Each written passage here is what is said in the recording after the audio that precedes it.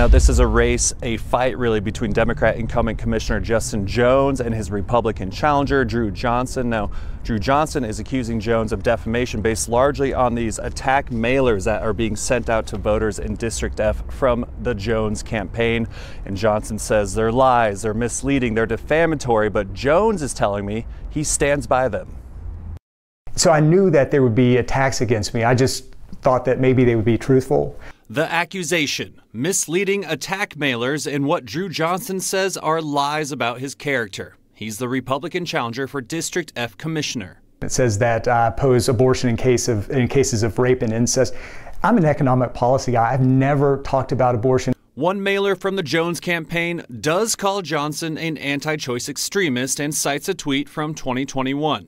An archive search shows no tweets from that day exist of Johnson discussing abortion. I asked him about his views anyway. He said the county commission has no say in those laws. Abortion is protected here in Nevada up to 24 weeks. That's never going to change in any of our lifetimes. Another attack mailer claims Drew Johnson said, quote, the KKK adopting highways was good. That tweet does exist from 2012, but it appears to be taken out of context. Reading in full, KKK wants to adopt a Georgia highway good. It saves money and gives them less free time for cross-burning and hangings. I asked Justin Jones if he felt it was misleading. If he thinks it's appropriate to joke about whether the Ku Klux Klan can adopt one of our highways, that's on him. I'll let the voters decide whether they think it's appropriate to joke about something that's serious and offensive. Johnson filed an election integrity report with the Nevada Secretary of State. We reached out to their office and they said the complaint is under review, so they won't be commenting at this time. Since then, Johnson has also issued a demand for retraction of defamatory statements letter, telling Jones he has 48 hours to retract these attack mailers or face a lawsuit. But Jones is standing by what he said.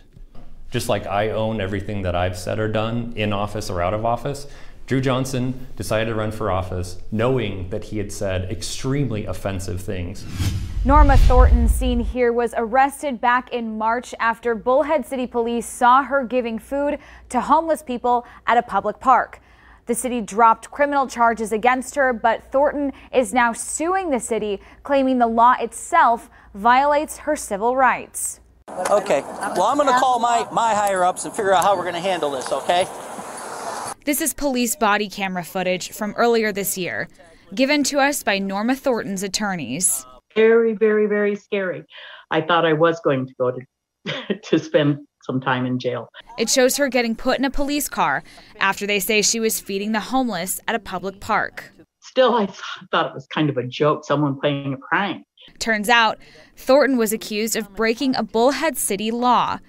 The ordinance makes it illegal to take part in a food-sharing event in a public park without a permit. But it's just for prepared foods, not prepackaged items like bags of chips or canned sodas. And it states the event meets this criteria if it's for a charitable purpose. The city says this ordinance is to ensure public health and safety and to prevent trash from piling up because of food-sharing events. But Thornton claims that's a mask, punishing people for helping the homeless. Bullhead City cannot treat people like this. Norma, like everyone in this country, has a constitutional right to engage in charity. Thornton's attorneys with the Institute for Justice filed this lawsuit against Bullhead City. The suit asks a federal judge to strike down the ordinance and prevent officials from enforcing it. She wants to be able to go back to feeding food in the park, and she wants other people to be able to join her. The unemployment rate in Nevada held steady in September at 4.4%. That's the same rate as July and August. So it's a little bit higher in Las Vegas. Right now we're sitting at 5.3% here in southern Nevada. But that 5.3% rate is down almost 0.5% from August and down more than a full percentage point from a year ago. Nationally, the unemployment rate sits at 3.5%, while encouraging the President's Council of Economic Advisors, saying the administration realizes the pain that Americans are feeling in their pockets. Who see those high costs at the grocery store, who see those high costs when they go to fill up their tank. The president has been focused on making sure that we find ways to reduce costs while also making sure that we maintain these gains in terms of employment. I think people are tired of having these challenges, keep coming down the pipeline. So we understand that at the White House. But, here's the thing. Right now, we continue to see the labor market performing quite strongly. The Federal Reserve expected to issue another interest rate hike in early November to slow down inflation. In September, consumer prices, what we call inflation, rose to their highest rate since 1982. Back then, the country was facing a severe recession.